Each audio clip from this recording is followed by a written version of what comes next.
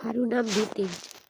હું મારી પત્નીને છૂટાછેડા આપવા માંગતો હતો, કારણ કે તેના કાળા રંગને કારણે મને તે ગમતી નહોતી. પણ તે કૌટુંબિક મિલકતની માલિક હતી, તેથી જ મેં તેને ઝેર આપીને મારી નાખી. તેને ટાંકીમાં બંધ કરી દીધી અને એવી વાત ફેલાવી દીધી કે તે તેના પ્રેમી સાથે ભાગી ગઈ હશે. મેં ફરીથી લગ્ન કર્યા અને મારી પત્નીની મિલકતમાં વૈભવી જીવન જીવા લાગ્યો.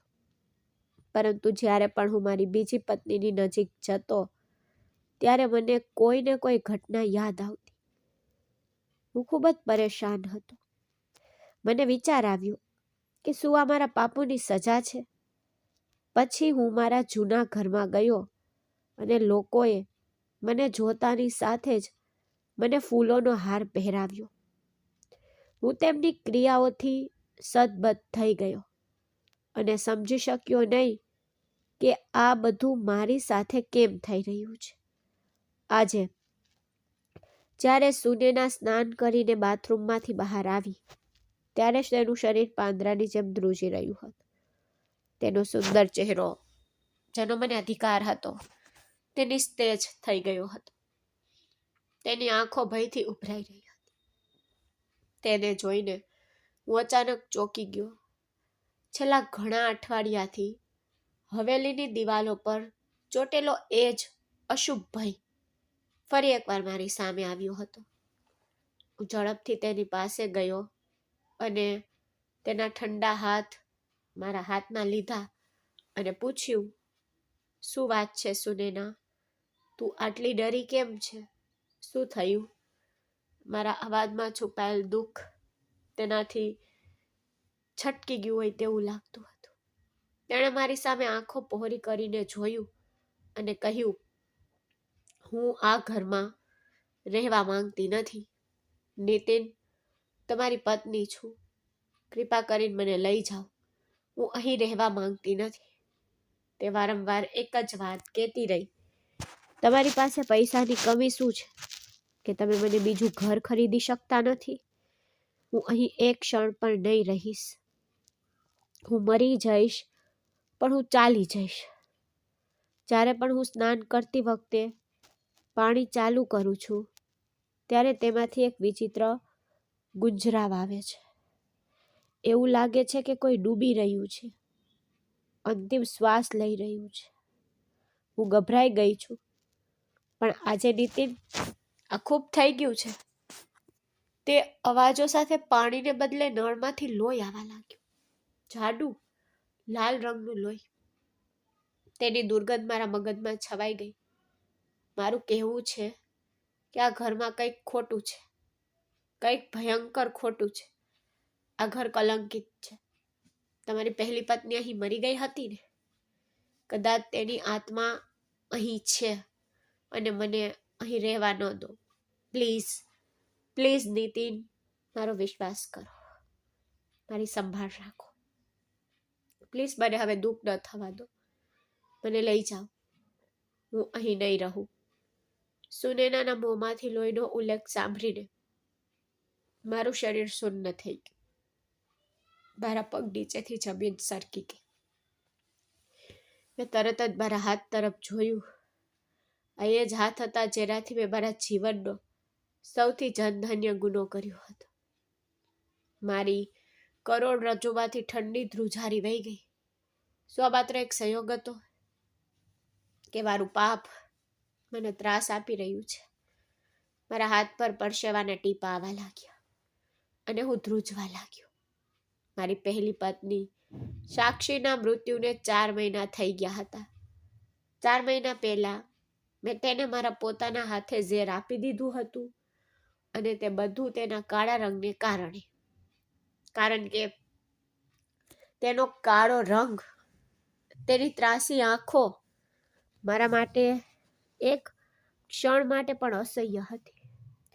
મેં 4 મહિના સુધી તેના મૃત્યુનો શોક વ્યક્ત કર્યો અને પછી થોડા દિવસો પહેલા મેં સુનેના સાથે લગ્ન કર્યા હતા અને તેને આ હવેલીમાં લાવ્યો હતો. પણ હવે બધું મારા નિયંત્રણમાંથી સરકી રહ્યું હતું. સુનેનાના શબ્દો એકદમ સાચા હતા. આ ઘરમાં વિચિત્ર વસ્તુઓ બની રહી હતી જે મારી સમજ અને સુનેનાની સહન શક્તિની બહાર હતું. મારું હૃદય ધબકવા લાગ્યું. કદાચ મારું પાપ એટલું ગંભીર હતું કે હું આ ઘરમાંથી છટકી જવા માંગતો હતો. મેં સુનેના તરફ જોયું. તે હજુ પણ ડરથી ધ્રુજી રહી હતી. મેં તેને દિલાસો આપ્યો. મેં ખોટું બોલતા કહ્યું, આ બધું ફક્ત તારી કલ્પના છે, એવું કંઈ નથી. કદાચ પાપો જુદા છે, કદાચ તેમને કાટ લાગી ગયો છે, તેથી જ કાટવાળું પાણી લાલ થઈ રહ્યું છે. પણ મને ખબર હતી કે તે કાટવાળું પાણી નથી. મેં ઝડપથી વિષય બદલ્યો અને મારી પત્નીને કહ્યું, તું ચિંતા કરશે નહીં. આપણે ટૂંક સમયમાં ગામ જ છોડી દઈશું. હું કાલે શહેરમાં બંગલો શોધવા જઈશ. આપણે ત્યાં શાંતિથી રહીશું. હવે તું આરામ કર. મારા શબ્દોનો કોઈ પ્રભાવ નહોતો, કારણ કે મને મારી પોતાની વાત પર વિશ્વાસ નહોતો. તે રાત્રે સુનેના મારી બાજુમાં સુવાને બદલે સોફા પર સૂઈ ગઈ. પણ સત્ય એ હતું કે તે મારાથી નહીં પણ આ ઘરથી ડરતી હતી. તે મને પ્રેમ કરતી હતી અને મને મારા પાપનો ડર હતો. હું મધ્યરાત્રિએ જાગી ગયો. રૂમમાં ઘોર અંધારું હતું, પણ છત પરથી મને એ જ શાંત અવાજો સંભળાતા હતા. એ ડૂબતા અવાજો. મારું હૃદય મારા ગળામાં કૂદી પડ્યું. મેં જોયું કે સુનેના સોફા પર બેભાન અવસ્થામાં સૂઈ રહી હતી.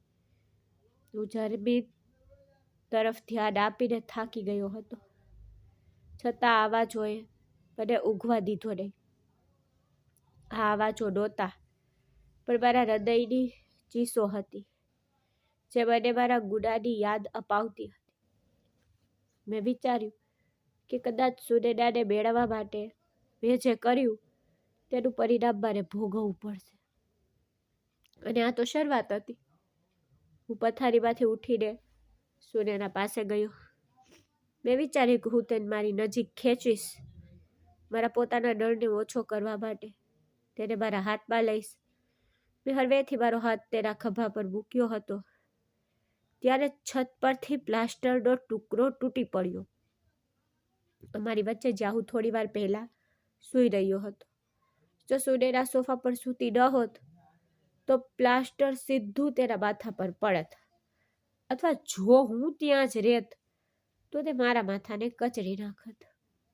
અવાજ સાંભળીને સુનેના આઘાતમાં જાગી ગઈ. તેની આંખો ભયથી ભરાઈ ગઈ. તે ચીસો પાડવા લાગી. રડતા રડતા તેણે કહ્યું, જુઓ નીતિન, આ ઘર આપણને મારી રાખશે. તે આપણને સાથે રહેવા દેશે નહીં.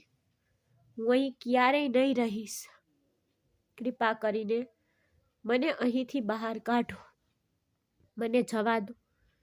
તે બે બાકડા થઈને દરવાજા તરફ દોડી ગઈ.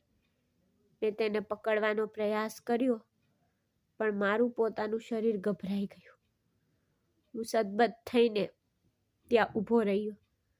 ભાંગી પડેલા પ્લાસ્ટર તરફ જોતો રહ્યો. વિચારતો રહ્યો, શું થઈ રહ્યું છે?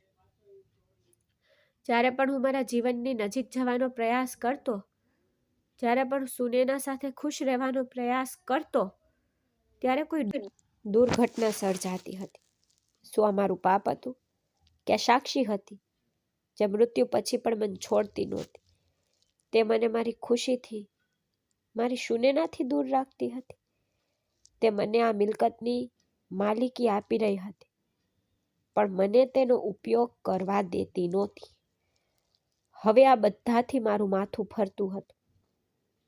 હું આ હવેલીમાં ફસાઈ ગયો હતો અને બહારથી એ જ વિચિત્ર અવાજો આવી રહ્યા હતા, જે હવે હાસ્ય જેવા લાગતા હતા. કોઈ મારી લાચારીની મજાક ઉડાવી રહ્યું હતું, અને તે બીજું કોઈ નહીં પણ મારું પોતાનું મન હતું. તે મારી પોતાની લાગણીઓ હતી. તે મારું પોતાનું પાપ હતું, જે મારી પાસેથી બધું છીનવી લેવા માટે તૈયાર હતું. જ્યારે પણ હું ખેતરની સંભાળ રાખીને ઘરે પાછો ફરતો, જેથી હું મારી પત્ની સાથે થોડો સમય વિતાવી શકું. ત્યારે તે ગભરાઈ જતી અથવા રડતી હતી. ક્યારેક તે ગુસ્સામાં ચીસો પાડતી હતી. મને એવું લાગતું હતું કે તેના મનમાં કંઈક ખોટું થયું છે, પરંતુ સત્ય એ હતું કે હું પોતે સતત પરેશાન રહેતો હતો. સુનૈનાને મેળવવા માટે મેં ઘણું કર્યું હતું. કદાચ મારે તેના પરિણામો મારા બાકીના જીવન માટે ભોગવવા પડશે. અને આ તો શરૂઆત હતી, કારણ કે મેં જે પાપ કર્યું હતું તે કદાચ મારા મૃત્યુ સુધી મને સતાવશે. મારું જીવન મારા પાપો અને અપવિત્ર ઈરાદાઓથી ભરેલું હતું. બાળપણથી જ હું સપનાઓનું જીવન જીવતો હતો, પરંતુ મારા પિતાના નિર્ણયો હંમેશા મારા સપનાઓને અવરોધતા હતા. તેમના મૃત્યુશા પર પણ તેમણે મને તેમના ગામની એક છોકરી સોંપી હતી, જે તેમના કોઈ પરિચિતની પુત્રી હતી. તે કાળી ચામડીની, ફાંગી આંખોવાળી હતી. મને તે બિલકુલ પસંદ નહોતી, પરંતુ તે કરોડો રૂપિયાની મિલકત ધરાવતી અને તે તેના માતા પિતાની એકમાત્ર પુત્રી હતી. મારા પિતા ઈચ્છતા કે જો તે તેણીને તેમની પુત્રવધુ તરીકે સ્વીકારે તો હું તેની સાથે લગ્ન કરું અને તે તેમને તેમની પુત્રીની બધી મિલકત દહેજ તરીકે આપે, જેનાથી તેઓ અત્યંત ધનવાન બને. મારા પિતાએ વિચાર્યું કે તેની સાથે લગ્ન કરવાનો શ્રેષ્ઠ ઉપાય એ છે કે હું તેની સાથે લગ્ન કરી લઉં. પણ આટલી મોટી લાલચ માટે હું મારા જીવનનો બદલો ન આપી શકું. મારા પિતા તો લોભી હતા, હું નહીં. હું તેને મારી પત્ની તરીકે સ્વીકારી શકતો નહોતો. હકીકતમાં હું એક સુંદર છોકરો હતો. હું મારા જેવી સુંદર પત્ની ઈચ્છતો હતો, પરંતુ મારા પિતા જે છોકરી સાથે મારા લગ્ન ગોઠવી રહ્યા હતા તે મારા માટે બિલકુલ યોગ્ય નહોતી. મને તેથી બિલકુલ નફરત હતી. જ્યારે તે મારી સામે હસતી અને શરમાતી ત્યારે મને ઊંડી કડવાશનો અનુભવ થતો હતો. લાંબા સમય સુધી તેને જોઈ પણ શકતો નહોતો. તો પછી હું તેને મારા જીવનમાં કેવી રીતે સમાવી શકું? પણ મારા પિતાનો નિર્ણય પાકો હતો. જો કે ઘરમાં કોઈ તેમના નિર્ણયની વિરુદ્ધ જઈ શક્યું નહીં, અને આ નિયમોના સમૂહે મારા જીવનને એક અંધકારમય દુર્ઘટનામાં ફેરવી દીધું. કદાચ મારા પિતાને મારી આંતરિક સ્થિતિ વિશે ખબર નહોતી. એક દિવસ તે મને બહાર લઈ ગયા અને કહ્યું, નીતિન, જો આ વિશાળ જમીન કોની છે? હું ચોંકી ગયો અને કહ્યું, મને ખબર નથી પિતાજી. પિતાએ હસીને કહ્યું, અરે દીકરા, બધું દીનદયાળનું છે, જેની પુત્રી સાથે મેં તારા લગ્ન નક્કી કર્યા છે. એનો અર્થ એ કે તારા ભાવિ સસરા, અને લગ્ન પછી આ બધી જમીન તારી. દીનદયાળ કહે છે કે હું મારી બધી મિલકત જે કોઈ મારી પુત્રી સાથે લગ્ન કરશે તેને આપીશ. જો દીકરા, તું દીનદયાળની પુત્રી સાક્ષી સાથે લગ્ન કરશે તો તારું આખું જીવન બદલાઈ જશે. તે અતિ ધનવાન છે. છેવટે તેના એકમાત્ર સંતાન સિવાય તેની પાસે બીજું શું છે? જ્યાં સુધી તારી નજર છે ત્યાં સુધી બધી જમીન હવે તારી રહેશે. મેં કહ્યું, પિતાજી, હું જાણું છું, પણ હું તે છોકરી સાથે લગ્ન નહીં કરું. હું સમજી ગયો કે પિતાજી પાગલ થઈ ગયા હતા. પણ પિતાજીએ મારી સામે જોયું અને કહ્યું, હું તારા ઇનકારનું કારણ જાણવા માંગુ છું. મેં કહ્યું, કારણ કે તે મારા માટે લાયક નથી. પિતાએ કહ્યું, ચૂપ રહે. હું જે વિચારું છું અને જે કરું છું તે જ થશે. જો તને ખબર હોત કે તારા ભવિષ્યને સુરક્ષિત કરવા માટે શું કરવું પડે છે તો તું આજે આવું વર્તન ન કરત. મેં તને શિક્ષણ આપવા માટે ઘણા પૈસા બગાડ્યા છે, પરંતુ તે એક પણ ચાલાકી વિકસાવી નથી. હવે એકમાત્ર રસ્તો એ છે કે દીનદયાળની પુત્રી સાથે લગ્ન કર અને તેની બધી મિલકતનો વારસો મેળવ. તું કોઈ પણ પ્રયત્નો કે પૈસા વિના કરોડપતિ બનશ, અને ફક્ત ત્યારે જ શક્ય છે જો તું તેની પુત્રી સાથે લગ્ન કરે. જો તે આ સંબંધનો ઇનકાર કર્યો તો મારાથી વધુ કોઈ નારાજ નહીં થાય. તું તે છોકરીમાં દોષ શોધી રહ્યો છે, કહે છે કે તે તારા પ્રકારની નથી. તો શું, જો તે તીક્ષણ ચહેરાવાળી અને કાળી ચામડીવાળી છે, પણ તે લાખોની કિંમતની છે. આનો પણ વિચાર કર. મેં કહ્યું, ના પિતા, તે અશક્ય છે. હું તેને કોઈ પણ સંજોગોમાં સ્વીકારી શકતો નથી. ભલે તે મને સોના અને હીરાના વજનથી આપવામાં આવે તો પણ હું તેને ખુશીથી સ્વીકારીશ નહીં. પરંતુ મારા પિતાએ મને સાંભળ્યો નહીં. તેણે મને સખ્ત ઠપકો આપ્યો અને કહ્યું, હું જે ઈચ્છું છું તે થશે. બાળપણથી અત્યાર સુધી તેણે પોતાનું કર્યું હતું, છતાં તે જીતી ગયા અને મારી જીદ હારી ગઈ હતી. તેણે બળજબરીથી મને સાક્ષી સાથે પરણાવ્યો અને તેથી સાક્ષી મારા જીવનમાં દુલ્હન તરીકે આવી.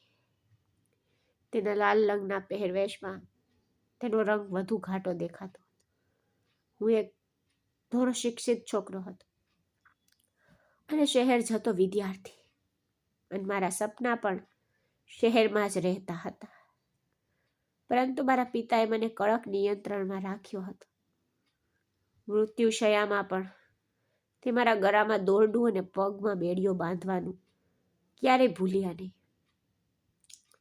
પહેલી જ રાત્રે મેં સાક્ષીને કહ્યું કે મારી પાસેથી કંઈ સારું ન ઈચ્છતી. હું ચંદ્ર છું અને તું કાળી વાદળ જેવી છે. ખચકાટ વિના. મેં તેણીનો કોઈ વાંક ન હોવા છતાં તેનું અપમાન કર્યું અને મેં તેને સખ્ત ઠપકો આપ્યો, જેના પર તેનો ચહેરો વધુ કાળો થઈ ગયો. કારણ કે અપમાન સહન કરવું મુશ્કેલ છે, પરંતુ મને ખબર નહોતી કે તેનું હૃદય કેવી રીતે રાખવું. પહેલી જ રાત્રે મેં મારા પલંગ અલગ કર્યા અને તેને તેનું સ્થાન બતાવ્યું હતું. હું ક્યાં હતો? એક સુંદર છોકરો અને તે કદરૂપી ગવાર છોકરી ક્યાં? હું તેને આખી રાતે એક પગ પર ઊભા રહેવાનું કહેતો તો તે કરતી, કારણ કે તે મને બાળપણથી ઓળખતી હતી અને મને ખૂબ પ્રેમ કરતી હતી, કારણ કે અમે એક જ ગામના હતા. હું તેની ત્રાસી આંખોમાં રહેલા સંકોચોથી સારી રીતે વાકેફ હતો. તેના બધા મેકઅપ છતાં તે હજી પણ પોતાની તરફ જોઈ શકતી નહોતી. હું તેની તરફ કેવી રીતે જોઈ શકું? હવે દર બીજા દિવસે હું તેને મારી નાખવાની યોજના બનાવતો હતો, કારણ કે તે એકમાત્ર રસ્તો હતો જેનાથી હું છુટકારો મેળવી શકું. મને ખબર હતી કે તે એક એવી સ્ત્રી હતી જે મને છોડતી નહોતી. ભલે હું તેને ગમે તેટલું બ્લેકમેલ કરું. તેણીએ મારી ક્રૂરતા દરેક રીતે સહન કરી. તેણીએ તેનું અપમાન સહન કર્યું અને દરેક રીતે મારી પરિસ્થિતિમાં સમાયોજિત થવા તૈયાર હતી. પણ હું તેની સાથે રહી શકતો નહોતો. મારે તેને કોઈક રીતે મારા જીવનમાંથી દૂર કરવી હતી. ક્યારેક હું તેના રૂમમાં સાપને છોડી દેતો, પરંતુ જ્યારે હું સવારે પાછો ફરતો ત્યારે સાપ જ જમીન પર મૃત હાલતમાં પડેલો હતો અને સાક્ષી નિર્દોષતાથી કહેતી, નીતિનજી, મેં ગઈ રાત્રે કાળો સાપ જોયો. સદનસીબે તેણે મને કરડીને. તે એટલી નિર્દોષતાથી બોલી કે મારું હૃદય લોહીના આંસુ રડતું અને તેના પર ખૂબ જ નફરત હતી. સાપ પણ? તે સાપ કરડી શક્યો ને? મને ઉંદરના ઝેરનો વિચાર આવ્યો. જો હું તેના ખોરાકમાં ઉંદરવાળું ઝેર ભેળવી દઉં તો કોઈ મારા પર શંકા કરશે નહીં અને આ રીતે તે મારા માર્ગમાંથી બહાર થઈ જશે. મેં તેની બધી મિલકત મારા નામે કરી દીધી હતી અને ગમે તેમ તેને સહારો આપવા માટે કોઈ નહોતું. તેની માં નહોતી અને તેના પિતા લગ્નના થોડા સમય પછી મૃત્યુ પામ્યા હતા અને મારા ફક્ત એક પિતા હતા. મારા લગ્ન પછી તેમનું પણ અવસાન થઈ ગયું. હવે મારા માર્ગમાં કોઈ અવરોધ નહોતો. બીજી બાજુ સુનેના સાથે મારો પ્રેમ ચરમસીમાએ હતો. હું પહેલાથી જ તેના પ્રેમમાં હતો. તે મને વારંવાર કહેતી, નીતિન, હું તમારી વિના રહી શકતી નથી. તે શહેરની હતી. અમારા અભ્યાસ દરમિયાન અમે પ્રેમમાં પડ્યા હતા અને સાથે જીવવા અને મરવાનું વચન આપ્યું હતું. પરંતુ મારા પિતાએ મારા લગ્ન અમારા ગામની કાળી ચામડીની છોકરી સાથે ગોઠવી દીધા, જેની સાથે હું લગ્ન કરવા માંગતો નહોતો. અને જેની સાથે હું લગ્ન કરવા માંગતો હતો તેણે ખબર નહોતી કે હું પરણિત છું. એક રાત્રે મેં બધું જ પ્લાન કર્યું હતું અને તેને સફળ બનાવવા માટે ખૂબ જ પ્રયત્નો કર્યા હતા. મેં સાક્ષીના ખોરાકમાં ઉંદર મારવાનું ઝેર ભેળવી દીધું અને ખેતરમાં ચાલ્યો ગયો હતો. જ્યારે હું ઘરે પાછો ફર્યો ત્યારે તે જમીન પર બેભાન પડી હતી. હું ઝડપથી તેની બાજુમાં ગયો. મેં મારી આંગળી તેના નાક પાસે મૂકી, પણ તે શ્વાસ લેતી નહોતી. તેનો અર્થ એ થયો કે તે મરી ગઈ હતી. આ જોઈને તો મને ખૂબ આનંદ થયો. મેં ઊંડો શ્વાસ લીધો હતો, પણ હવે મારે તેના શરીરનો નિકાલ કરવાનો હતો. એ સૌથી મહત્વપૂર્ણ વાત હતી. મારી પાસે જે શ્રેષ્ઠ વિચાર હતો તે એ હતો કે તેને ગાયબ કરી દેવી. જો હું બધાને કહીશ કે તે મરી ગઈ છે તો ગામ લોકો તેનું વાદળી શરીર જોશે અને તેના પર શંકા કરશે. તો કહેશે કે તેને ઝેર આપવામાં આવ્યું છે અને તે પોલીસ કેસ તરફ દોરી જશે. મુશ્કેલીમાં મુકાઈ જઈશ. તેથી જ મેં તેના શરીરને મારા પોતાના ઘરમાં, મારી મોટી હવેલીમાં દફનાવવાનું નક્કી કર્યું. મને પહેલો વિચાર જૂની ટાંકીનો આવ્યો, જેને લાંબા સમયથી કાટ લાગી ગયો હતો અને તે બંધ થઈ ગઈ હતી. હું તેના શરીરને હવેલીના પાછળના ભાગમાં ખેંચી ગયો અને ખૂબ જ મુશ્કેલીથી તેને ટાંકીમાં ફેંકી દીધી. બીજા દિવસે સવારે મેં આખા ગામમાં સમાચાર ફેલાવી દીધા કે મારી પત્ની તેના બોયફ્રેન્ડ સાથે ભાગી ગઈ છે. તેનું શહેરના એક છોકરા સાથે અફેર હતું. તેણે મને દગો આપ્યો છે. હું મારા વાળ વિખરાયેલા રાખીને બજારમાં ગયો, જેથી બધાને લાગે કે હું ખૂબ દુઃખી અને પરેશાન છું. લોકો મારા પર દયા કરે અને સાક્ષી વિશે ખરાબ વિચારશે. આમ બધા મારા પ્રત્યે સહાનુભૂતિ દર્શાવવા લાગ્યા અને મારી પત્નીને ખૂબ શ્રાપ આપવા લાગ્યા. છતાં મને તે મૃત આત્મા માટે દયા ન આવી અને મેં ગામ લોકોને તેના વિશે એટલી અતિશયોક્તિપૂર્ણ વાર્તાઓ કહી કે તેઓ પોતાના કાન ઢાંકવા લાગ્યા. થોડા સમય માટે હું નિર્દોષ ને લાચાર હોવાનો ઢોંગ કરતો રહ્યો, પરંતુ જ્યારે બધાની સહાનુભૂતિ મારી તરફ ફરી અને મને સૂચનો મળવા લાગ્યા કે મારે આગળ વધવું જોઈએ, તો ક્યાં સુધી તે ચરિત્રહીન સ્ત્રી પર તારું જીવન બગાડતો રહીશ? હવે તારે ફરીથી લગ્ન કરી લેવા જોઈએ. પરંતુ લોકોને સમજાવવા માટે હું કહેતો, ના, મેં સ્ત્રીઓને નફરત કરવાનું શરૂ કરી દીધું છે. જો મારી બીજી પત્ની પણ મારી સાથે છેતરપિંડી કરે તો હું ખૂબ તૂટી જઈશ. મને આ બહાનું અને અભિનય ગમ્યો. લોકો કહેતા, ના, એવું નથી. દરેક સ્ત્રી સરખી હોતી નથી. દરેક સ્ત્રી બેવફા નથી હોતી. એ જરૂરી નથી. આજ હું રાહ જોઈ રહ્યો હતો. બીજા જ અઠવાડિયે હું શહેરમાં ગયો અને સુનેના સાથે લગ્ન કર્યા અને તેને ગામમાં આવેલી મારી મોટી હવેલીમાં લાવ્યો. હું ખૂબ જ ધનવાન હતો.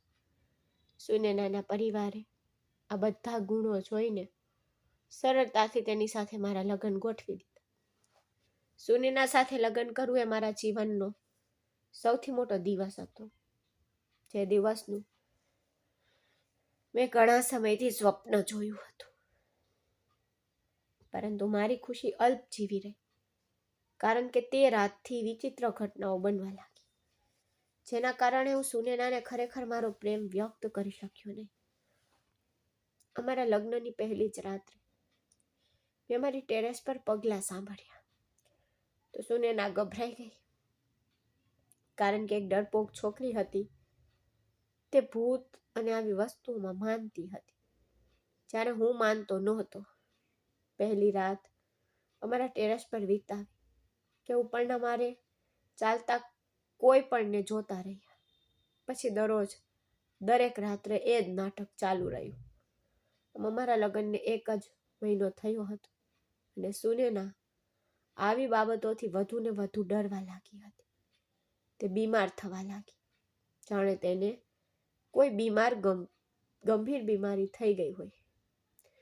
તેને જોઈને હું વધુ ને વધુ ચિંતિત થઈ ગયો. પહેલી વાર મને થોડો પસ્તાવો થયો. હું ભૂતમાં માનતો નહોતો, પણ હું ભગવાનમાં માનતો હતો. તેથી હું થોડો ગંભીર અને ચિંતિત થઈ ગયો, વિચારતો કે કદાચ અમારા પાપોની સજા હશે. આ દુનિયામાં મારે જે ભાગ્યનો સામનો કરવો પડશે. જ્યારે એક રાત્રે સુનેનાએ મને કહ્યું કે પાણીની ટાંકીમાંથી લોહી નીકળી રહ્યું છે, ત્યારે હું ખરેખર ચિંતાથી ભરાઈ ગયો. મેં નક્કી કર્યું હતું કે બીજા જ દિવસે હું શહેરમાં બંગલો શોધીશ, ત્યાં સુનેના સાથે રહીશ, બધી જમીન ભાડે આપીશ, હું શહેરમાં ધંધો શરૂ કરીશ. ગમે તેમ, ગામમાં શું અર્થ હતો? અહીં મારા પાપોનો અહેસાસ આ હવેલીની આસપાસ ફેલાઈ રહ્યો હતો, મારા પર એક અશુભ શુકનની જેમ વરસ્યો હતો. સુનેના અને મેં તે બાકીની રાત જાગતા વિતા. તે સોફા પર રડી રહી. સવારના પહેલા કિરણો સાથે મેં નક્કી કરી લીધું હતું કે મારે આ ખરાબ હવેલી અને આ ગામ કાયમ માટે છોડી દેવું પડશે. હું હવે અહીં નહીં રહીશ. સુનેના પહેલેથી જ જવા માટે તૈયાર હતી. મેં ગામના કારકુનને ફોન કર્યો અને તેને જમીનનો મોટો ભાગ વેચવાનું કહ્યું. મને પૈસાની ખૂબ જરૂર છે. કારકુને મને થોડા દિવસોમાં જ કરોડો રૂપિયા આપી દીધા હતા.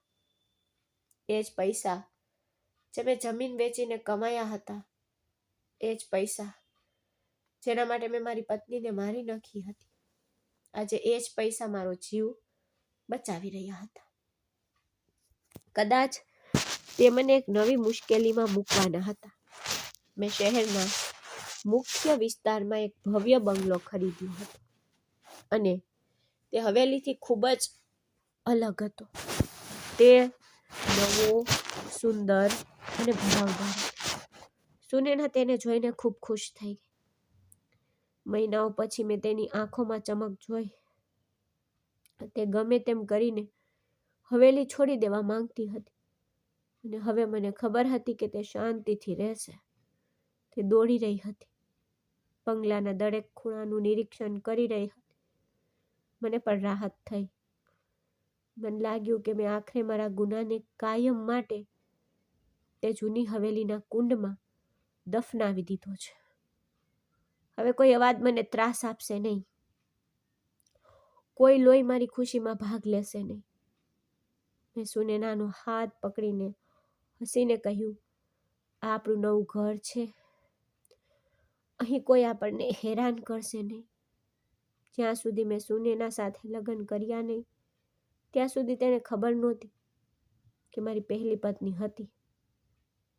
પરંતુ જ્યારે તે લગ્ન કરીને મારા ગામમાં, મારી હવેલીમાં ગઈ અને ગામ લોકો અને નોકર ચાકર સાથે તેણે વાત કરી,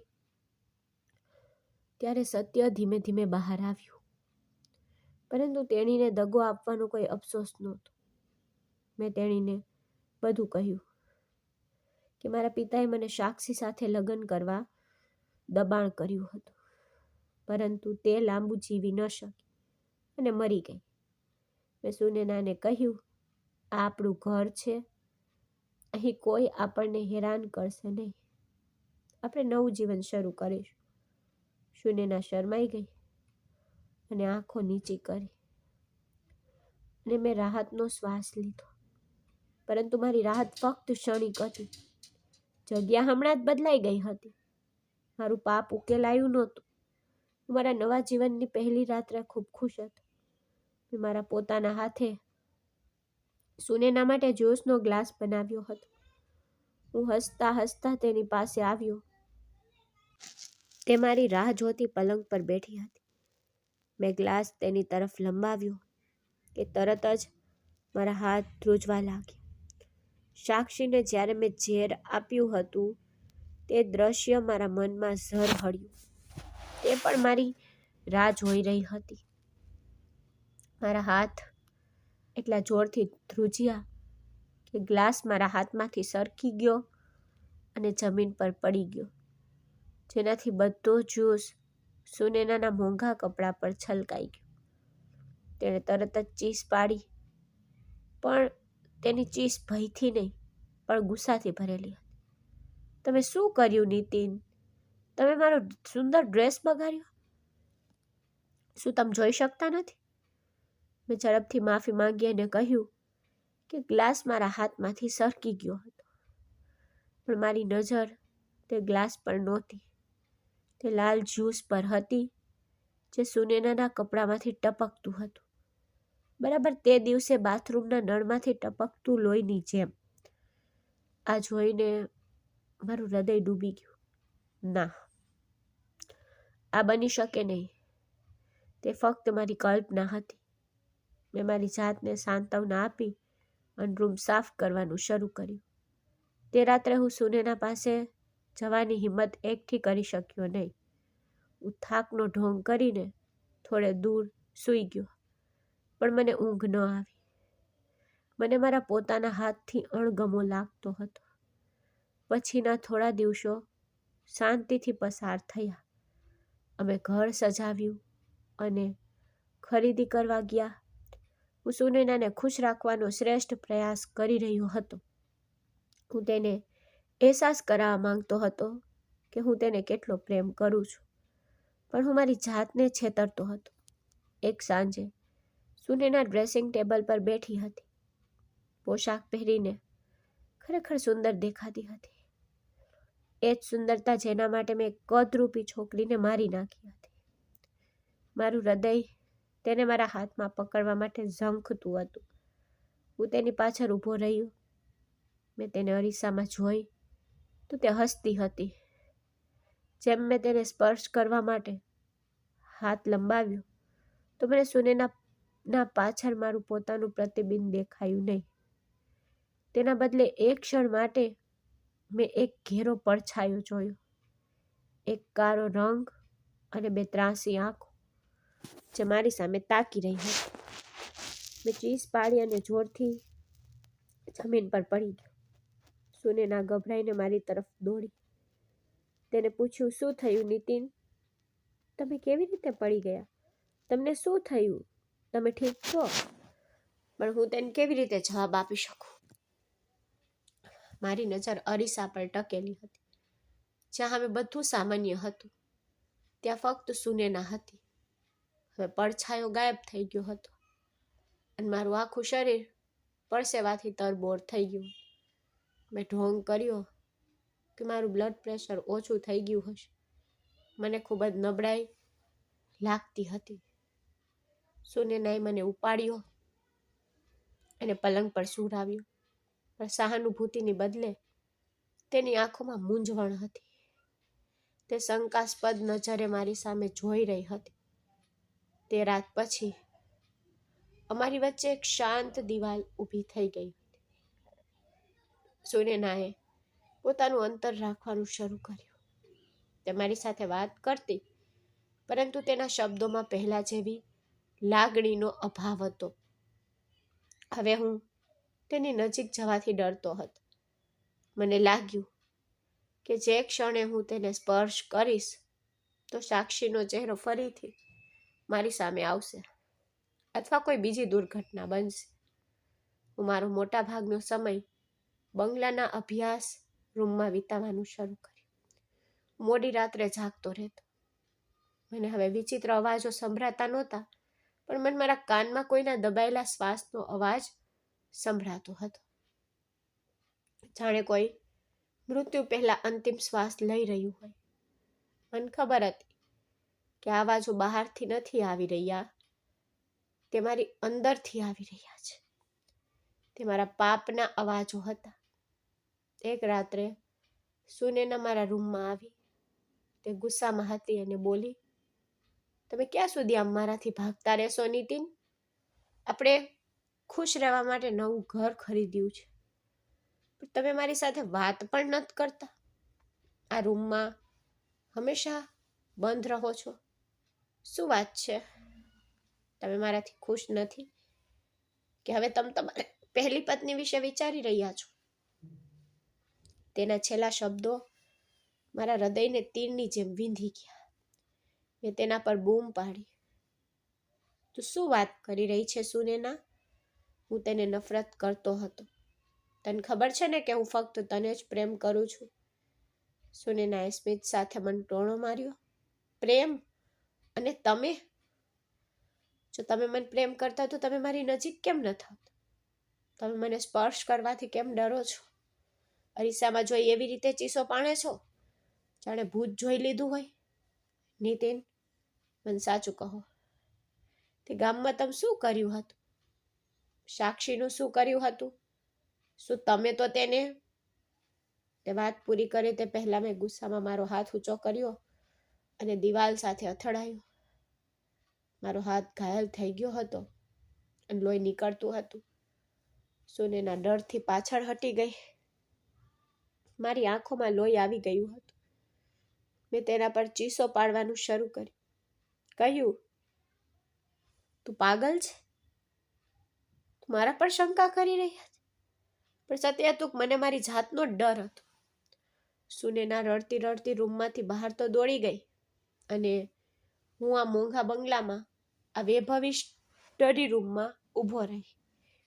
મારો પોતાનો ભ્રમ જોતો રહ્યો. મારો ભ્રમ વાસ્તવિકતા બની ગયો હતો. મેં સાક્ષીની હત્યા કરીને તેની મિલકત મેળવી હતી, પરંતુ તેના મૃત્યુએ મારા જીવનનો દરેક આનંદ છીનવી લીધો હતો. મેં સુનેનાને મેળવ્યા પછી પણ ગુમાવી દીધી હતી. અને બધા માટે હું જવાબદાર હતો. શહેરના મોંઘા બંગલામાં મારું પાપ મારી પાછળ આવ્યું હતું. મારો ઘાયલ હાથ રૂંઝાઈ ગયો હતો. પણ મારી અને સુનેના વચ્ચેનો અણબનાવ એક પડકાર બની ગયો હતો. તે મારી સાથે વાત કરતી નહોતી. અમે એક જ છત નીચે રહેતા હતા, છતાં અજાણ્યાની છે. હું આખી રાત મારા સ્ટડી રૂમમાં જાગતો રહેતો, જ્યારે તે તેના રૂમમાં બંધ રહેતી. મેં મારી જાતને દારૂના નશામાં વ્યસ્ત રાખવાનો પ્રયાસ કર્યો, પરંતુ દરેક ઘૂંટ મને સાક્ષીના ઝેરી કંપનની યાદ અપાવે છે. મારું મન ધ્રુજવા લાગ્યું હતું. હું હવે વાસ્તવિકતા અને ભ્રમ વચ્ચેનો ભેદ પારખી શકતો નહોતો.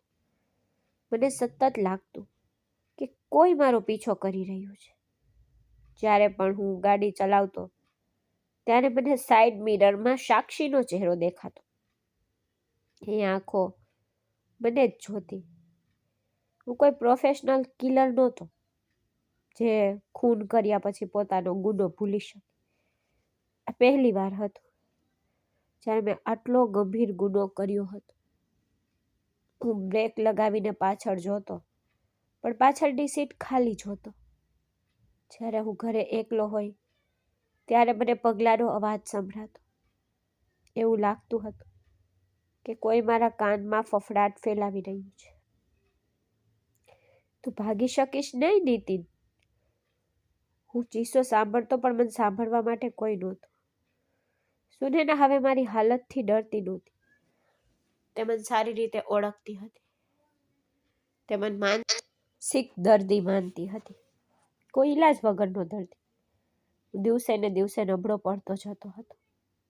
મારી લાગણીઓ, મારા પાપે મારા આખા અસ્તિત્વ પર કબજો જમાવી લીધો. મેં સુનેનાને મેળવવા માટે બધું જ કર્યું હતું, પણ હવે જ્યારે તે મારી પત્ની હતી ત્યારે હું તેને નજીક જવા માટે પણ લાચાર હતો. મને તેની સુંદરતાથી ડર લાગતો હતો. મને લાગતું હતું કે જો હું તેને સ્પર્શ કરીશ તો તે સાક્ષીની જેમ કાળી થઈ જશે, તેની આંખો પણ ત્રાસી થઈ જશે, તે પણ મરી જશે. હું મારી જાત સામે લડી રહ્યો હતો, મારા અપરાધ સામે લડી રહ્યો હતો. હું આ યુદ્ધ હારી રહ્યો હતો. સુનેના આ બધાથી સંપૂર્ણપણે કંટાળી ગઈ હતી. તેણે મારી સંપત્તિ, મારો બંગલો બધું જોતી હતી, પણ તેને એ પતિ ન મળ્યો જેના માટે તેણે બધું છોડી દીધું હતું. એક રાત્રે કદાચ પોતાનો અંતિમ નિર્ણય લીધા પછી તે મારા રૂમમાં આવી. હું હજુ પણ જાગી રહ્યો હતો, દિવાલ તરફ જોતો હતો. તેણે મારો હાથ પકડીને કહ્યું, નીતિન, બસ થઈ ગયું. હું હવે તમને આ રીતે જોઈ શકતી નથી. ચાલો કોઈ સારા ડોક્ટર પાસે જઈએ. હું તમને મનોચિકિત્સક પાસે લઈ જઈશ. તમે બીમાર છો, તમારી સારવાર થઈ શકે છે, તમે સંપૂર્ણપણે સાજા થઈ જશો. તેના શબ્દો સહાનુભૂતિપૂર્ણ નહોતા, પણ લાચાર હતા. તે મારાથી છૂટવા માંગતી હતી.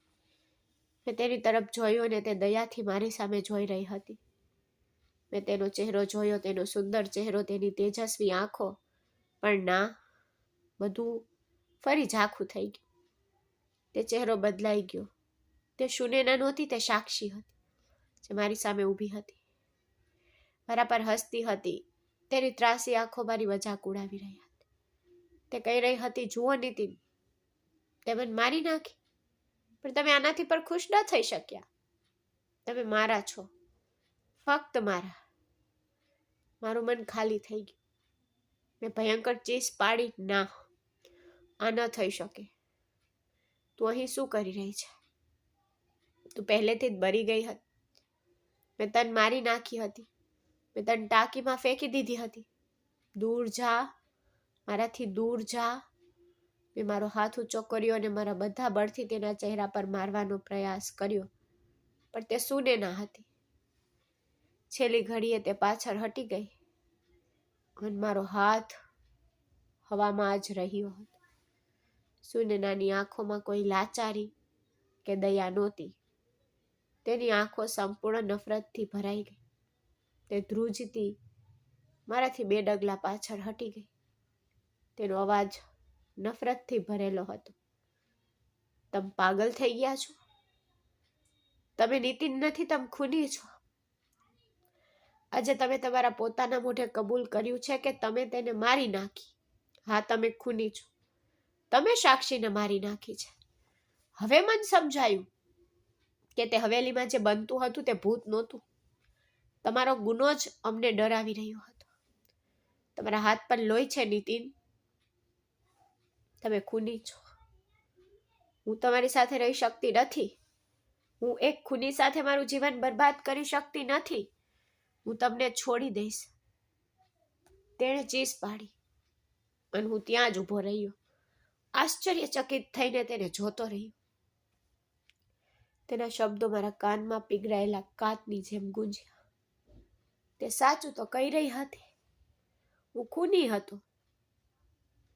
મેં બધું જ લઈ લીધું હતું. સુનેના તરત પોતાનો સામાન ઉપાડીને આ બંગલો છોડી ગઈ. તેને મારી તરફ પાછું વળીને જોયું પણ નહીં અને હું આ ભવ્ય બંગલામાં એકલો રહી ગયો હતો. મારી સંપત્તિ અને મિલકત અર્થહીન બની ગઈ હતી. મારો ગુનો જીતી ગયો હતો. તેણે મારો પ્રેમ, મારું જીવન, મારું વિવેક બધું જ છીનવી લીધું હતું. હવે મારી પાસે ગુમાવવા માટે કંઈ બચ્યું નહોતું, આ પીડા સિવાય, જે મારું ભાગ્ય બની ગયું હતું. ઘણા દિવસો સુધી એકલો રહ્યો. આ બાબત વિશે વિચારતો રહ્યો. મેં કંઈ ખાધું કે પીધું નહીં. દિવાલ તરફ જોતો રહ્યો. મેં સાક્ષીને બધે જોઈ. તેણે મારું જીવન દયનીય બનાવી દીધું હતું. અંતે મેં નક્કી કર્યું કે હું આ શહેરમાં, આ બંગલામાં મરી શકતો નથી. મારે પાછા જવું પડશે. મારે પીડાનો સામનો કરવો પડશે. મારે ત્યાં પાછા જવું પડશે જ્યાંથી બધું શરૂ થયું. ધ્રુજતા હાથે મેં ગાડીની ચાવીઓ ઉપાડી. મારું શરીર ખૂબ પીડામાં હતું, પણ મારા મનમાં ફક્ત એક જ વિચાર છવાઈ ગયો. જૂનું ગામ, જૂનું ઘર અને તે ટાંકી. મારે મારા પાપમાં પાછા ફરવું પડ્યું. કદાચ મારો આશ્વાસન તે ટાંકીમાં જ હતો. કારમાં બેઠો, તે શહેરને કાયમ માટે વિદાય આપી. હું હવે ફરી એકવાર તે ગામ તરફ જઈ રહ્યો હતો, જ્યાં મારા જીવનનું અંધકારમય ભવિષ્ય રહેલું હતું. હું મારા વિનાશ તરફ જઈ રહ્યો હતો. હું મારા જૂના ઘર તરફ જઈ રહ્યો હતો, જ્યાં લોકોએ મને જોતા જ મારા પર ફૂલોના માળા વરસાવ્યા. ગામના ધૂળિયા રસ્તા પર ગાડી ઘસી ગઈ. મારું અસ્તિત્વ ધ્રુજી ગયું. મેં સુનેનાને તો ગુમાવી દીધી હતી. મેં મારી સમજ શક્તિ ગુમાવી દીધી હતી. અને હવે હું મારા ગામના ગુનાના વારસા તરફ પાછો ફરી રહ્યો હતો. મને ખબર નહોતી કે હું શું કરીશ. કદાચ હું સાક્ષીને જ્યાં ફેંકી દીધી હતી તે જૂની ટાંકીમાં કૂદીને મારું જીવન સમાપ્ત કરવા માંગતો હતો. મારું મન થાકી ગયું હતું. મારું હૃદય અનુભૂતિના ભાર નીચે કચડી રહ્યું હતું. મેં ગામની હવેલીની સામે જૂના ઘરની પાસે કાર રોકી. હું તે ઘરનો સામનો કરવા માંગતો નહોતો, પણ મારા પગ મને ખેંચી રહ્યા હતા. હું ગાડીમાંથી ઉતર્યો કે તરત જ શેરીના ખૂણા પર ઊભેલા કેટલાક ગામ લોકોએ મને જોયો. તેમના ચહેરા તરત જ ચમકી ગયા. તેઓ બધા મારી તરફ દોડી આવ્યા. મને લાગ્યું કે તેઓ સુનેનાના જવા બદલ અથવા મારી દુર્દશા માટે મારી સાથે સહાનુભૂતિ વ્યક્ત કરવા આવી રહ્યા છે. પણ ના, તેઓ ફૂલોના માળા પકડીને બેઠા હતા. હું કંઈ સમજી શકું તે પહેલા ગામના જીતેન્દ્ર કાકા આગળ આવ્યા. મારા ગળામાં માળા પહેરાવી અને મને નજીક ખેંચી લીધો. તેમણે કહ્યું, નીતિન દીકરા, તું આવ્યો છે. અમે તારી રાહ જોઈ રહ્યા હતા. તને ખૂબ ખૂબ અભિનંદન. અભિનંદન? હું શું સાંભળી રહ્યો હતો? મારું મન ખાલી થઈ ગયું. આ લોકો મને શા માટે અભિનંદન આપી રહ્યા હતા? અને આ માળા શેના માટે હતી? હું ભાંગી પડ્યો. મેં ધ્રુજતા પૂછ્યું, કાકા, બધું શું છે? જીતેન્દ્ર કાકા હસવા લાગ્યા અને કહ્યું, મૂર્ખ, શું તું અમારાથી પણ છુપાવા જઈ રહ્યો છે? અમને ખબર પડી ગઈ છે કે તું કેટલો ઉમદા અને ન્યાયી છે. તું કેટલો મોટો દિલનો છે. તું અમારી નજરમાં ખોટો સાબિત થયો છે. અમે તને તારી પત્નીની કાળજી ન લેવા બદલ શ્રાપ આપતા હતા અને તે ભાગી ગઈ, પણ તું દેવદૂત બન્યો. દીકરા, જીતેન્દ્ર કાકાનો દરેક શબ્દ મારા માથા પર હથોડા જેવું મારતો હતો. મારા ગળામાં ફૂલોની માળા ફાંસી જેવી લાગતી હતી.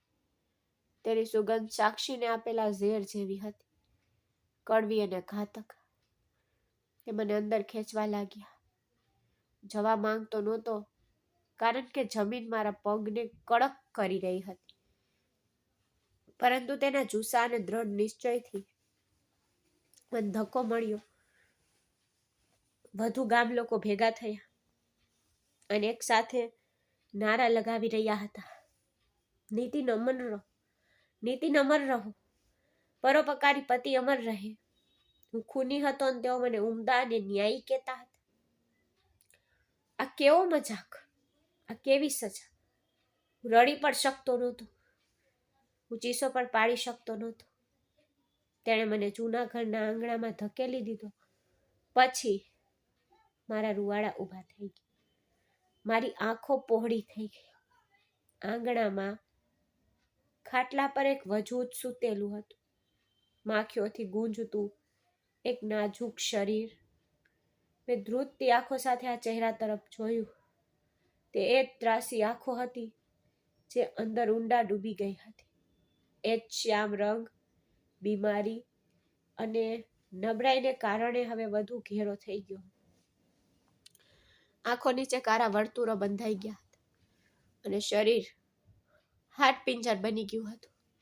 તે સાક્ષી હતી, તે જીવંત હતી, તે મારી કલ્પના નહોતી, તે મારી આંખોની ચાલાકી નહોતી, તે વાસ્તવિકતા હતી જે મારા ગુના કરતાં પણ વધુ ભયાનક હતું. હું ત્યાં જ ઉંબરા પર પથ્થર જેવો ઊભો રહ્યો. મારો શ્વાસ અટકી ગયો હતો. જેને મેં મારી નાખી હતી તે આજે જીવતી હતી. તો ટાંકીમાં કોણ હતું? શું મેં બીજા કોઈને પણ મારી નાખી હતી?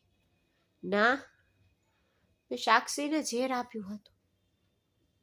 તો તે કેવી રીતે બચી ગઈ? તે ટાંકીમાંથી કેવી રીતે બહાર આવી? મારી નજર ખાટલા પાસે બેઠેલા તે માણસ પર પડી. તે અમારો પાડોશી ચંદન હતો. તે એક ગરીબ માણસ હતો જે ઘણીવાર સાક્ષી માટે ખેતરોમાંથી શાકભાજી લાવતો હતો. તે સાક્ષીની બાજુમાં શાંતિથી બેઠો હતો. તેણે એકવાર મારી સામે જોયું અને પછી પોતાની નજર નીચી કરી, પણ તેનું મૌન, તેની હાજરીએ મારા માટે 1000 પ્રશ્નો ઊભા કર્યા હતા. જીતેન્દ્ર કાકાએ મારા ખંભા પર હાથ મૂક્યો અને કહ્યું, દીકરા. તે તેને જોઈ. અમને લાગ્યું કે તે ભાગી ગઈ છે, પણ ચંદને અમને કહ્યું કે બિચારી સાક્ષીની યાદશક્તિ ખોવાઈ ગઈ હતી. તે ક્યાંક ભટકાઈ ગઈ હતી અને તું છેલ્લા 4 મહિનાથી તેને શોધી રહ્યો હતો. તે તારી મિલકતનો એક ભાગ વેચી દીધો અને તેની સારવારમાં ખર્ચ કરી દીધો, અને જ્યારે તે વળી ત્યારે તેને પાછો લાવી.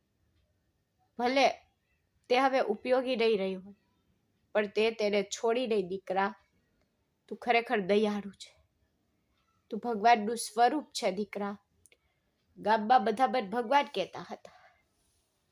મારી ભલાઈ ગામની ચર્ચામાં હતી અને હું મારી સામે પડેલા એક જીવંત શબ મારા ગુના, મારા અપરાધ તરફ જોઈ રહ્યો હતો અને હું તેનો ઇનકાર પણ કરી શકતો નહોતો. હું ચીસો પાડીને કહી શકતો નહોતો, મેં તેને મારી નાખી છે. હું એમ કહી શકતો નહોતો કે મને તેનાથી નફરત છે. ગામ લોકોએ મને એવી જગ્યાએ લાવી દીધો હતો જ્યાં પાછા ફરવાનો કોઈ રસ્તો નહોતો. તેઓએ મારા ગળામાં દયાનો હાર પહેરાવ્યો હતો જે અપરાધની સાકરો કરતાં પણ ભારે હતો. મેં સુનેનાને ગુમાવી દીધી હતી. મેં મારી શાંતિ ગુમાવી દીધી હતી અને હવે મારે મારા બાકીનું જીવન આ સ્ત્રી સાથે વિતાવવાનું હતું જેને 2 વાર પોતાના હાથે ઝેર આપ્યું હતું. આ મારી સજા હતી. આ મારું ભાગ્ય હતું. મૃત્યુ કરતાં પણ ખરાબ. ગામ લોકો ગેરસમજનો ભોગ બન્યા હતા. તેથી તેઓ મને ઘણી બધી સારી વસ્તુઓથી ભરી રહ્યા હતા. જ્યારે લોકો મારા પર ફૂલો વરસાવતા હતા ત્યારે હું ધ્રુજતો ત્યાં ઊભો રહ્યો અને તેઓ મારી દયા ગાતા હતા. જ્યારે હું મારા જીવંત પાપ તરફ જોતો રહ્યો હતો, ગામ લોકો લાંબા સમય સુધી મારી દયા ગાતા રહ્યા. તેઓ મને દેવદૂત અને દેવ કહેતા હતા. હું પથ્થરની જેમ ત્યાં ઊભો રહીને સાંભળી રહ્યો હતો. મારા ગળામાં ફૂલોના માળા ઝાંખા પડવા લાગ્યા. તેમની સુગંધ મને ઝેરી લાગતી હતી. એક પછી એક બધા જતા રહ્યા. કાકા જીતેન્દ્રએ જતા જતા ફરી એકવાર મારી પીઠ થપથપાવી અને કહ્યું, અમને તારા પર ગર્વ છે દીકરા. સાક્ષીની સેવા કરવી હવે તારી ફરજ છે. મેં માથું હલાવ્યું. હવે મારામાં બોલવાની હિંમત નહોતી. આંગણામાં ફક્ત હું અને ચંદન હતા અને તે જીવંત લાશ ખાટલા પર પડેલી હતી. છત તરફ જોતી હતી. શરીરમાંથી છેલ્લો વ્યક્તિ ફર્યો કે તરત જ ચંદન પર તેની સીટ પરથી ઊભો થયો. તેણે એક જૂની ખુરશી ખેંચી અને મારી સામે સીધો બેસી ગયો. તે સ્મિત હજુ પણ તેના ચહેરા પર હતું, પણ હવે તેમાં કોઈ કટાક્ષ નહોતો. તેમાં ઊંડી સ્પષ્ટતા હતી, વિજયની સ્પષ્ટતા. તેણે મારી આંખોમાં જોયું તો મારી આંખો ધ્રુજી ગઈ. હું તેની નજર સામે જોઈ શક્યો નહીં. તેણે ધીમેથી કહ્યું, નીતિનજી, તમને આ ઇનામ કેવું લાગ્યું? ગામ લોકોની નજરમાં ભગવાન બનવાનો અનુભવ કેવો છે? તેનો અવાજ મારા કાનમાં બોમ્બની જેમ પડ્યો. મેં તેને ધ્રુજતા જોયો અને મારા ગળામાંથી ફક્ત આટલો જ અવાજ નીકળ્યો, તું શું છે? ચંદન હસ્યો. આ 7 આંગળામાં તેનું હાસ્ય ખૂબ જ ડરામણું લાગતું. તે હસતો અને ધ્રુજતો રહ્યો. પછી તે અચાનક ગંભીર થઈ ગયો અને પલંગ તરફ ઇશારો કરીને કહ્યું, આ તારી સજા છે નીતિન અગ્રવાલ. આ સ્ત્રી જેને તે મારી નાખી, પાણીની ટાંકી ફેંકી દીધી હતી, તે હવે આખી જિંદગી તારી સામે રહેશે. તારા ગુનાનો જીવંત પુરાવો. મારું મન ખાલી થઈ ગયું. મેં કહ્યું, આ કેવી રીતે શક્ય છે? તું શું બકવાસ કરી રહ્યો છે? ચંદને કહ્યું, મને ખબર છે નીતિન, હું તે રાત્રે જાગી રહ્યો હતો. મેં તને સાક્ષીને ઝેર આપતા જોયો નહોતો, પણ મેં તને તેના શરીરને ટાંકી તરફ ખેંચતા જોયો હતો. અને ત્યારે જ મને સમજાયું કે તું મિલકત માટે આ યુક્તિ રમી રહ્યો હતો. પણ મેં કોઈ અવાજ કર્યો નહીં. મેં ગુપ્ત રીતે આ જોયું. જ્યારે તું તેને ટાંકીમાં ફેંકીને પાછો આવ્યો, ત્યારે હું ટાંકી પાસે ગયો. સુનેના મરી ગઈ નહોતી. નીતિન, તું એક અયોગ્ય ખૂની હતો. તે તેને ઝેરનો યોગ્ય ડોઝ આપ્યો નહોતો. તે ફક્ત બેહોશ થઈ ગઈ હતી. તે હાંફતી હતી, પણ તે જીવતી હતી. મેં તેને તે ગંદા પાણીમાંથી બહાર કાઢી. હું તેને ઘરે લઈ ગયો અને રાતોરાત તેને શહેરની એક નાની હોસ્પિટલમાં દાખલ કરવામાં આવી. ઘણા અઠવાડિયા સુધી તે જીવન અને મૃત્યુ વચ્ચે ઝઝૂમી રહી હતી. તે બચી ગઈ, પણ ઝેરે તેના મનને ભારે નુકસાન પહોંચાડ્યું હતું. તેણીએ તેની યાદશક્તિ ગુમાવી દીધી. તે બોલી શકતી ન હતી. તે જીવતી લાશ બની ગઈ. મેં તેનો જીવ બચાવ્યો નીતિન, પણ તેને બચાવવા માટે નહીં, પણ તને સજા આપવા માટે. તેના અવાજમાં એટલી બધી નફરત હતી કે હું ધ્રુજી ગયો.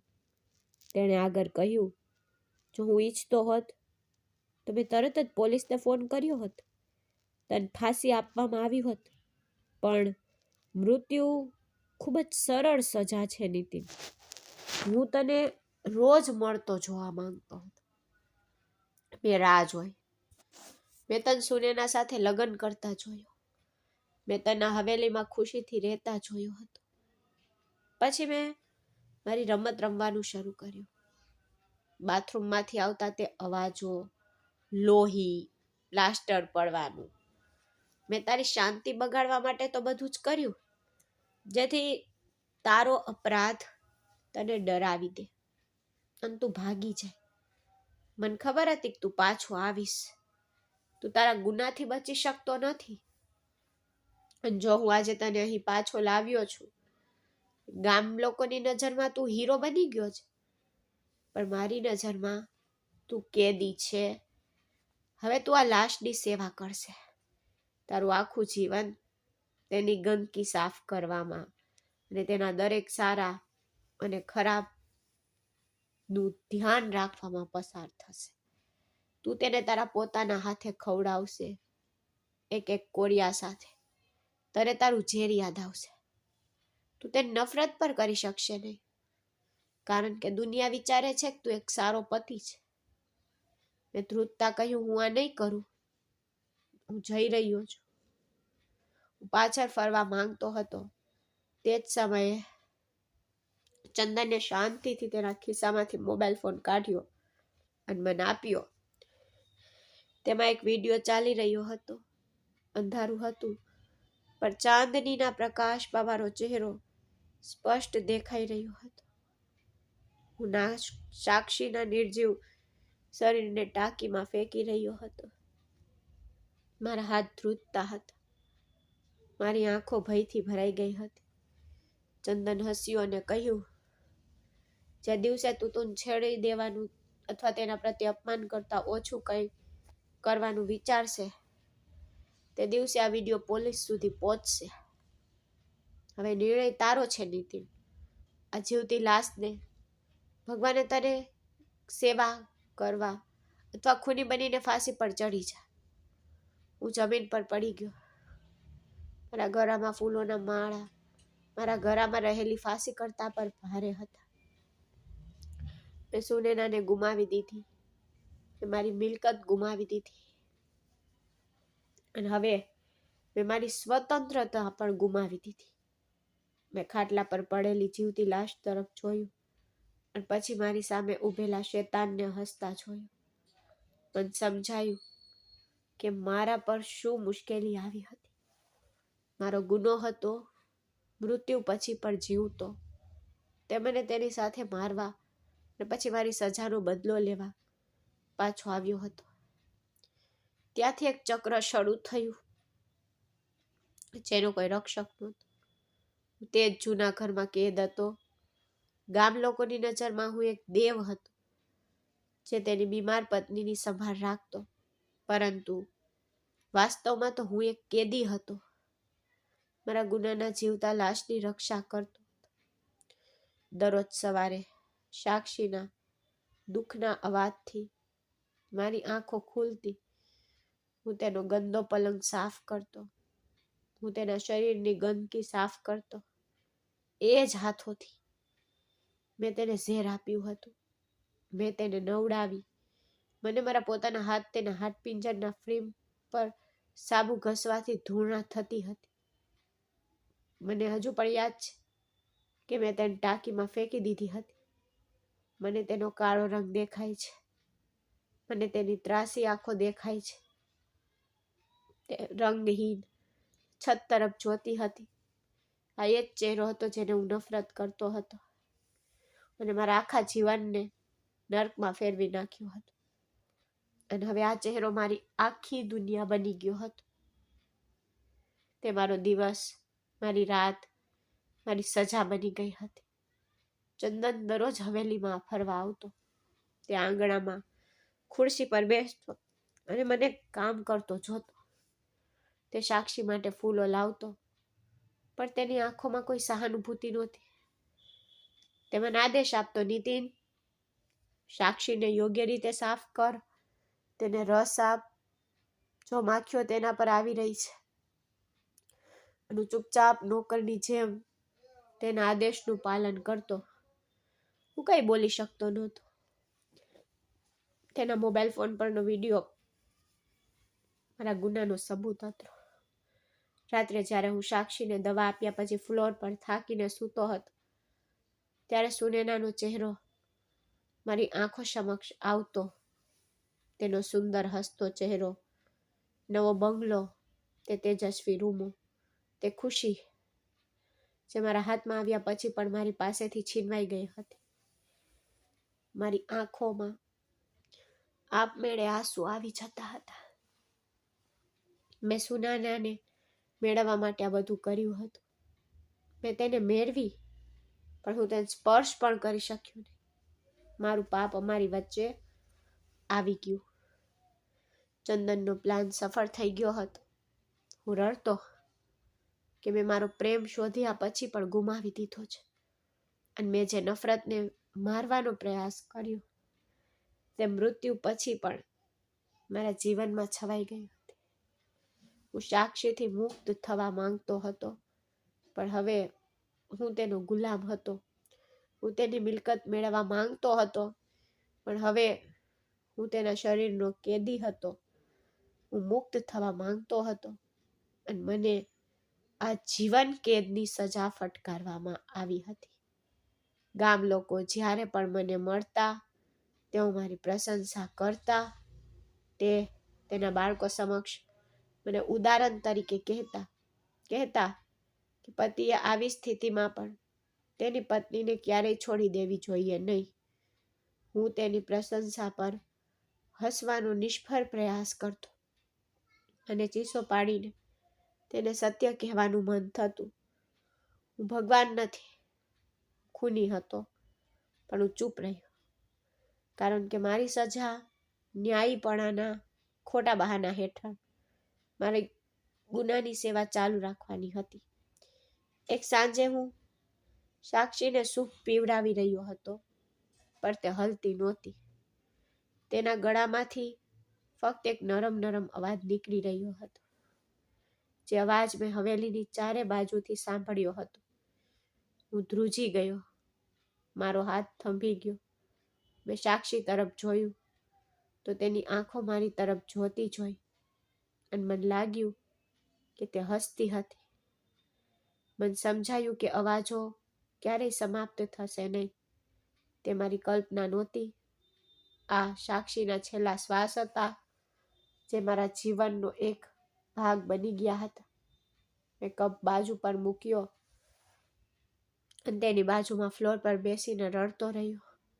મેં બધું મેળવ્યું હતું અને પછી બધું ગુમાવ્યું, અને હવે મારી પાસે ફક્ત આ જીવંત લાશ હતી, અને આ એક ક્યારેય ન સમાપ્ત થતી સજા હતી. તો મિત્રો, મને આશા છે કે તમને અમારી વાર્તા ગમી હશે. જો તમને વાર્તા ગમી હોય તો કૃપા કરીને વિડીયોને લાઈક કરો. જો તમે ચેનલમાં નવા છો તો કૃપા કરીને ચેનલને સબસ્ક્રાઈબ કરો. અને હા, આગામી અપડેટ માટે અમારી ચેનલ નોટિફિકેશન બેલ જરૂરથી